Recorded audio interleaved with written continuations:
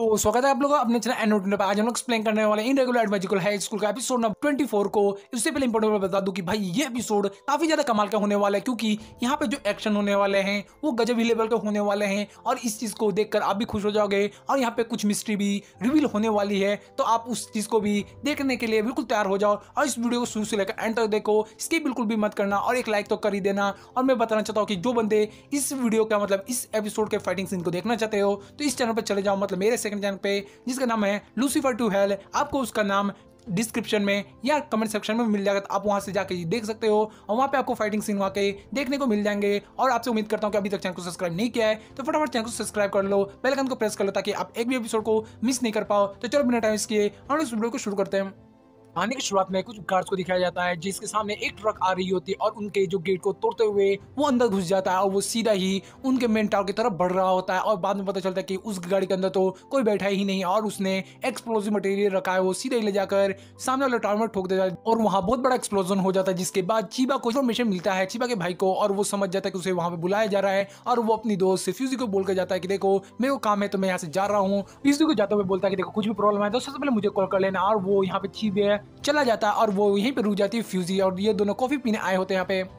दूसरी तरफ वो बाहर निकलता है वहां जाने के लिए, तभी उसको कॉल करता है अपने असिस्टेंट को और उसे पूछता है कि वहाँ का सिचुएशन कैसा है। जो उसे बताता है उसका साथी कि देखो हमारे जो ट्रक था वो अंदर जो एक्सप्लोज हुआ वो अभी भी जल रहा है। जिसके बाद हम लोग कोशिश कर रहे हैं कि यहाँ पे जो सिविलिंग्स है उसे जल्द से जल्द निकाले, पर यहाँ पे वो लोग आगे हमला नहीं कर रहे। तभी ये बोलता है ये, उसके बाद ही वहाँ पे रॉकेट्स फायर हो जाते हैं जिसको देखकर वो चीबा को बता देता है कि देखो वहाँ पे रॉकेट्स फायर हो चुके हैं और वो लगता है कि कहीं ना कहीं पास में कार्गो शिप है, इसकी वजह से ये सब हो पा रहा है। और इसके बाद यहाँ चीबा फोन कट कर देता और उसके बाद वो अपने डैड को कॉल करके उनसे मदद मांगता है कि वो डिफेंस फोर्स की मदद ले और साथ ही वो एरिक और बाकी सबको भी यहाँ पे लेकर आ जाए। दूसरी तरफ यहाँ पे एकेडमी के अंदर वहाँ फोर्स के झटके फील हो रहे होते हैं और जिसके बाद ओनी की सिस्टर घबरा जाती है और ओनी के पास जाकर पूछती है और ओनी उसे समझाता है कि ये लग रहा है कि बाहर बॉम्बिंग हो रही, मतलब ब्लास्ट हो रहा है, उसके ही यहाँ इंपैक्ट दिख रहा है। और यहाँ पे उसकी बहन परेशान होने लगती है फर्स्ट के लिए, जो ओनी समझाता है कि देखो उनके साथ काफी अच्छे खासे गार्ड्स है जिनको बैटल का भी एक्सपीरियंस है। ओनी उसके बाद समझ जाता है कि ये दूसरे गवर्नमेंट करवा रही है। उसके बाद ही उसी वक्त उनके कमरे के अंदर काफी लोग घुस आते हैं वेपन के साथ और उन लोग को बोलते हैं कि अपने अपने कार्ड्स नीचे रख दो। जिसके बाद यहाँ जॉर्ज कोशिश करता है उन पर अटैक करने को, पर उन पर गन फायर कर देता है जिसके कारण वो डर जाता है। और उसके बाद सभी लोग अपने जो कार्ड्स है उसे नीचे रख देते हैं और वो लोग यहाँ बंदी बन चुके होते हैं। उनमें से एक बंदा यहाँ ओनी की तरफ बढ़ता है और उसे बोलता है कि तुम भी अपने कार्ड नीचे रखो। और म्यूजिक डर जाती है, उस बंदे की तरफ बढ़ते हुए वो सेंस कर लेता है कि बाहर की तरफ कुल मिला के 5 बंदे हैं और अपने बंदे यहाँ उन लोग से लड़ने की कोशिश कर रहे हैं। जिसके बाद एक बंदा जो उसे ओनी को बोल रहा होता है पीछे हटने के कार्ड रखने के लिए और गुस्से में आकर ओनी पे फायर कर देता है। जिसके बाद ओनी जो बुलेट आ रही होती है उसे अपने हाथ पे फोर्स की मदद से उसे रोककर पूरी तरह से बुलेट को बिल्कुल वो धूल में मिट्टी की तरह उड़ा देता है। जिसके बाद वो बंदा घबरा के गुस्से में उस पर अटैक कर देता है मॉन्स्टर बोलते हुए। जिसके बाद ओनी उसके सारे अटैक को बहुत ही आराम से और प्यार से डॉज कर देता है और उसके बाद वो अपने मैजिक स्पेल का यूज करता है उसके आर्म पे और उसके आर्म को एक झटके में ही काट देता है। और 1 मिनट आप लोग ये सारे एक्शन सीन देखना चाहते हो तो मेरा दूसरा चैनल है, उसका नाम है लूसीफर टू हेल। वहां पे जाकर आप एक्शन सीन को वहां पे जाकर फ्री में देख सकते हो, तो कोई दिक्कत नहीं, जाकर देख लेना और चैनल को सब्सक्राइब करना बिल्कुल मत भूलना। दूसरी तरफ ओनी के पूरे कपड़े पे खून लग चुका होता है। जिसके बाद उसकी बहन उसे देखकर बोलती है कि मैं साफ कर देती हूँ, मैजिक से उसे साफ कर देते हैं जिससे दूर तक वे लोग इस चीज को देख रहे होते हैं और जो एनिमी होते हैं उनकी तो फट के चौसट हो गई होती है कि उन्होंने ये कैसे कर दिया। दूसरी तरफ यहाँ पे बाकी लोग भी इस चीज को देखकर मोटिवेट होते हैं और उधर जो भी उधर क्रिमिनल्स होते हैं उन्हें पूरी तरह से बंदी बना लेते हैं और अपने कार्ड्स को भी ले लेते हैं। यहाँ ओनी के सभी दोस्त उसके पास आकर पूछते हैं कि ओनी तुम तो बुलेट के तुम्हें लगने वाले थे, तुम ठीक हो ना? और ओनी बोलता है कि मैं बिल्कुल ठीक हूँ। और यहाँ उसके बाकी लोग उसके लिए परेशान हो ही रहते हैं। तभी इधर एरिका पूछती है कि अब क्या करें हम लोग। ओनी उन लोग को समझाता है कि देखो बाहर अपने बाकी लोग बहुत ज्यादा परेशानी में है तो हम लोग को जाकर उनकी मदद करनी चाहिए और इसलिए ओनी जा रहा होता है। पर यहाँ एरिका बोलती है कि क्या तुम अकेले ही जाओगे और हम लोग को इंतजार करें यहाँ पे? और ओनी बोलता है नहीं, चलो हम लोग बढ़कर लड़ने से अच्छा तो एक साथ लड़े। उसके बाद वो जा ही रहा होता है, पीछे से जॉर्ज उन्हें टोकते हुए बोलता है कि 1 मिनट ओनी, तुमने यहाँ पे मॉलिक्यूलर डाइवर्जन टेक्निक का इस्तेमाल किया जो बहुत ज्यादा ही सीक्रेट है और इसको विलियम ने डेवलप किया था और यूएसएन के कमांडर ही और एक्स कमांडर इसका इस्तेमाल कर सकते हैं। और ओनी इस चीज को देखकर समझ जाता है कि यहाँ पे जॉर्ज के पास पार्टीशन के नॉलेज बहुत कम है, पर वो बोलता है इसके बारे में वो बाद में हैंडल करेगा। और इसलिए उसे बोलता है कि देखो अगर मैंने इसका इस्तेमाल किया भी तो क्या हो गया, अभी सबके लिए टाइम नहीं है, हम लोग को यहाँ से चलना चाहिए। और ये बोलकर ओनी वहां से चला जाता है। यहाँ सिटी पुलिस पे अटैक हो रहा था। सिटी पुलिस उन सब चीजों को अटैकों को रोकने की कोशिश कर रहा था और यहाँ काफी ज्यादा ही जोरदार फाइट हो रही होती है। और दूसरी तरफ बाकी पुलिस वाले बाकी सिविलियंस को यहाँ से निकालने की कोशिश कर रहे होते हैं। अपर क्लास वाले को दिखाया जाता है जहाँ पे सब लोग घबराए होते हैं और सिक्योरिटी से पूछताछ कर रहे होते हैं और यहाँ ईचेन भी घबराई होती है। तभी उसके पास से यहाँ पे प्रेसिडेंट के पास आती है, मतलब ईचेन के पास, उसे बोलती है कि तुम यहाँ पे घबराओ मत, बाकी लोग भी बहुत ज्यादा पैनिक कर रहे हैं तो तुम्हें उन लोगों को शांत करने में मदद करना होगा, वरना यहाँ पे काफी ज्यादा प्रॉब्लम हो सकती है और लोग इंजर्ड भी हो सकते हैं। ईचेन यहाँ पे घबरा रही होती है और सोच रही होती है कि वो ये सब कैसे कर सकती है। तभी वो प्रेसिडेंट उसे समझाती है कि देखो हम लोग में से यहाँ पे कोई भी नहीं है जो इस पावर को पोजेस करता हो और बाकी लोगों को शांत कर सके, इसलिए तुम्हें अपनी पावर को इस्तेमाल करना पड़ेगा और यहाँ पे मैं रिस्पॉन्सिबिलिटी लेती हूँ, मुझे यकीन है तुम कर सकती हो। जिसके बाद ईचेन अपने पेंडेंट को बाहर निकालती है और उस पे कॉन्सेंट्रेट करती है और मैजिक यूज करती है, जिसके बाद वो धनुष मैजिक से बनाती है, जिसके बाद वो एक उसका मतलब वाइब्रेट करती है जिससे एक वेव निकलता है और वहां पे आसपास के जितने भी लोग होते हैं घबराए हुए पैनिक कर रहे होते हैं वो उस वेव की मदद से काफी ज्यादा शांत हो जाते हैं और रिलैक्स हो जाते हैं। एक्स प्रेसिडेंट आती है और उन लोग को बोलती है कि तुम लोग मुझे जानते ही हो, मैं यहाँ पर 10 किलोमीटर में से एक हूँ, और वो समझाती है कि यहाँ पे हमारे सिटी के ऊपर लोगों ने अटैक कर दिया है, मतलब दूसरी कंट्री ने, जिसके बाद आसपास बहुत ज़्यादा तबाही मच रही है और बहुत सारे लोग यहाँ पे घायल भी हो रहे हैं। इसलिए सबसे अच्छा रास्ता हमारे लिए ये होगा कि सेफली निकलने के लिए हम लोग अंडरग्राउंड पैसेज में चले जाए, जिसके बाद हम लोग वहाँ पे सेफ रह सकते हैं और यहाँ पे जो बाहर डिस्ट्रक्शन हो रहा है उससे आप लोग बचे भी रहोगे, इसलिए जितना हो सके उतना जल्दी यहाँ से निकलो। और उसके बाद बाकी लोग उन लोगों को सेफली निकालने की कोशिश कर रहे होते हैं। सेगा यहाँ प्रेसिडेंट के पास आकर उसे बोलती है कि अब मैंने सब कुछ संभाल लिया है तो इसके आगे का अब जो कुछ है तुम देख लो। और यहाँ पे वो घबराते हुए ईचेन मान जाती है और वो बोलती है कि तुम बिल्कुल सब कुछ सही करोगी। यहाँ ओनी के दोस्त वहाँ पहुंच गए होते हैं और लियो डायरेक्टली फाइट करने के लिए जा रहा होता है। तभी यहाँ ओनी उसे रोककर बोलता है कि देखो तुम अपने को होशियार मत बनो, यहाँ पे एंटी मैजिक का यूज कर रहे हैं। और यहाँ पे बाकी लोग बोल रहे थे कि लियो को जान को बचा लिया ओनी ने। यहाँ ओनी म्यूजिक को बोलता है कि देखो तुम उन लोगों की गन्स को फील कर सकती हो, और वो बोलते हैं कि हाँ मैं कर सकती हूँ, पर मैं एक साथ उन सभी के गन को फ्रीज नहीं कर पाऊंगी। जिसके बाद ओनी म्यूजिक के हाथ पकड़ने को बोलता है और म्यूजिक जैसे ही हाथ पकड़ती है वो ज्यादा ही सेंस कर पाती है और उनके वेपन को भी देख पाती है। जिसके बाद वो अपने मैजिक का यूज करके एकदम से ही एक झटके में उन सबके गन को एमओ को फ्रीज कर देती है, जिसके बाद वो लोग गन नहीं चला पाते हैं।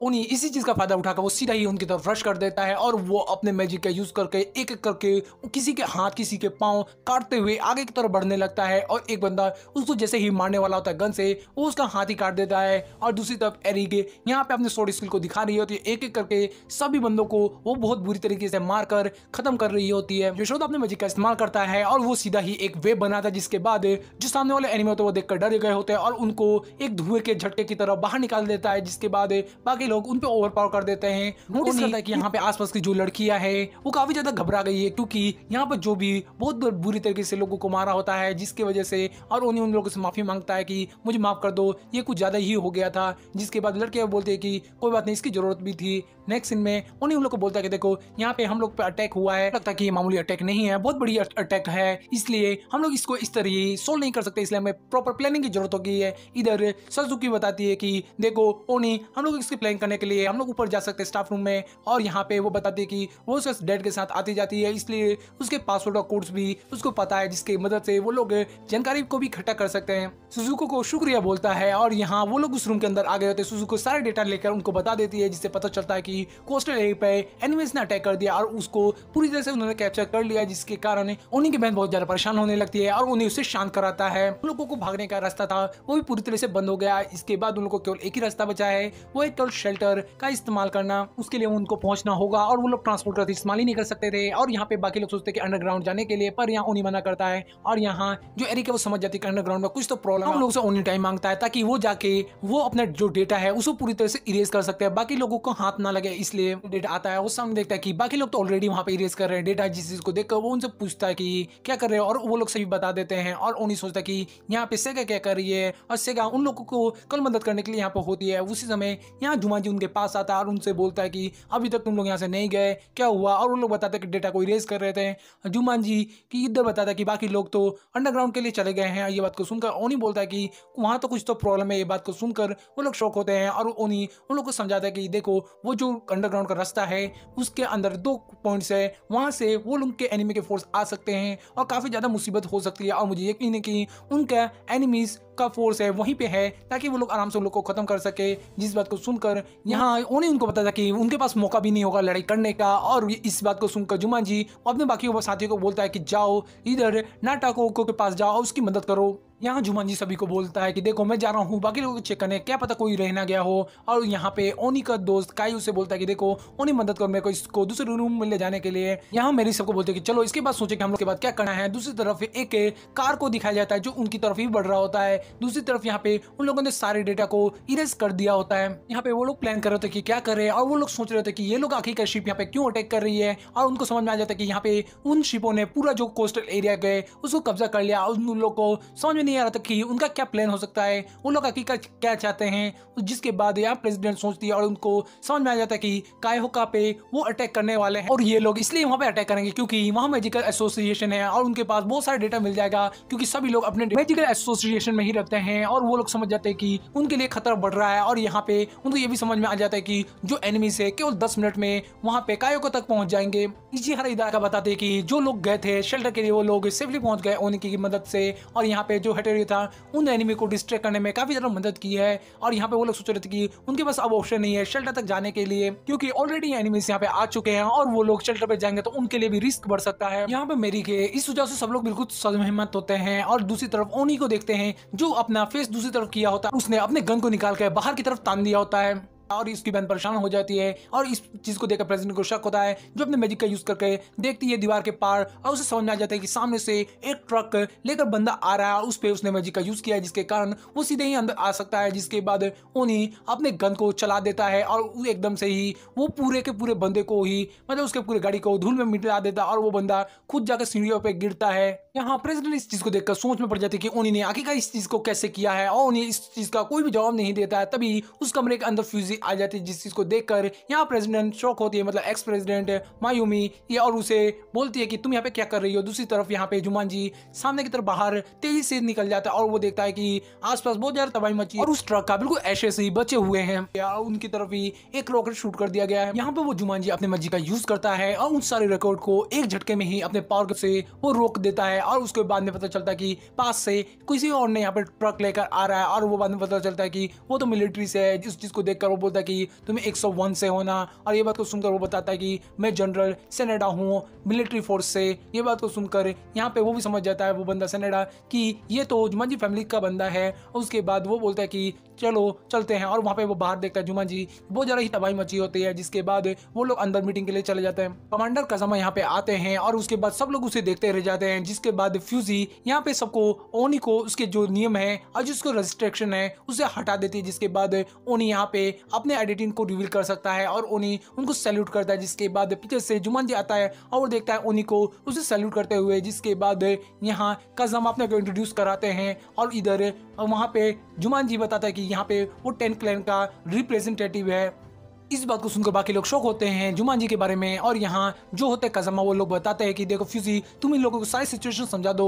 और फ्यूजी इधर लोगों को बताती है कि कोस्टल एरिया को पूरी तरह से घेर लिया गया है। जिसके बाद वो लोग दूसरी टेक्निक से उन लोगों से हैंडल करेगी और इसके लिए अजूरा है और फ्यूजिवारा है वो दोनों ही यहाँ पे आ रहे हैं। और यहाँ जो मैजिक एसोसिएशन है वो डिफेंसिव टाइप का भी है। इस चीज को सुनकर यहाँ पे जो काज़ामा होता है वो बोलता है ओनी को कि देखो इस सिचुएशन की वजह से हमारे बाकी लोग हैं वो भी यहाँ अपने फाइट के लिए है और यहाँ स्पेशल ल्यूटेंट तुम्हें फोर्स में आना ही होगा और तुम्हें मिलिट्री की तुम्हारी जरूरत है, इसलिए तुम इसके लिए मना भी नहीं कर सकते और तुम मिलिट्री को ज्वाइन करना होगा। ये बात को सुनकर यहाँ के जितने भी लोग होते हैं, यहाँ के ओनी के जितने भी दोस्त होते हैं वो बिल्कुल इस बात को सुनकर बिल्कुल शौक हो जाता है कि ओनी मिलिट्री को ज्वाइन कर रहा है। यहाँ पे ल्यूटन काज़ामा बोल रहे होते हैं कि जो हमारे स्पेशल ल्यूटन है उनका आप लोग ख्याल रखिएगा, उनकी खास करके सिक्योरिटी का और आइडेंटिटी का आप लोग इसे रिवील नहीं कर सकते क्योंकि ये हमारे डिफेंस फोर्स के नियम के खिलाफ है और आप लोग इस चीज़ को कर भी नहीं सकते। इसके बाद ओनी को पीछे से उसका दोस्त आवाज़ लगाता है, मतलब ल्यूटन, जो बोलता है कि आपने जो चीज़ को डिज़ाइन किया था मोबाइल को वो रेडी हो चुका है, तो चलिए हम लोग ऐसे चलते हैं। और यहाँ पे फ्यूजी बोल रही होती है कि देखो हम लोग आगे से संभाल लेंगे परेशानी को। जिसके बाद ओनी जा रहा होता है और इधर उसकी बहन को बोलता है कि तुम सभी बाकी लोग ऊपर वाले क्लास में चले जाओ ताकि अपर क्लास के साथ तुम भी सिक्योर रहो। दूसरी तरफ म्यूजी इधर ओनी को रोक देती है और उसे बोलती है 1 मिनट रुक जाओ, मुझे कुछ बात कहना है। और वो सीधा ही उसके पास जाती है और ओनी जिस तरह उसके गाल पे हाथ रखता था सीधा ही जाकर म्यूजी उसके चेहरे पे हाथ रख देती है। जिसके बाद ओनी शॉक होता है। जब ओनी को रियलाइज होता है तो वो सीधा ही नीचे बैठ जाता है घुटनों पे। जिसके बाद म्यूजी उसके गर्दन को उठाती है जैसे कि एक शादीशुदा औरत के घूंघट को उठाया जाता है उसी तरह, और उसके फोरहेड पे किस कर देती है। जिसके बाद हम देखते हैं एक बहुत ज्यादा ही पावरफुल वेव वहां से निकलती है जिस चीज को वहाँ के सभी लोग फील कर पा रहे होते हैं। इधर मुझे लगता है कि ओनी की बहन ने यहाँ पे अपने भाई को कुछ हद तक पावर दी है या उसकी जो पावर को सील कर रखा था उसे अनलॉक कर दिया है, जिसके बाद ओनी को वो देखकर बोलते हैं कि भाई तुम अपने आप को पीछे मत हटाना और अपने आप को रोकना मत। जिसके बाद ओनी बोलता है ठीक है मैं चलता हूँ, ये बोलकर चला जाता है और ये एपिसोड यहीं पे खत्म हो जाता है।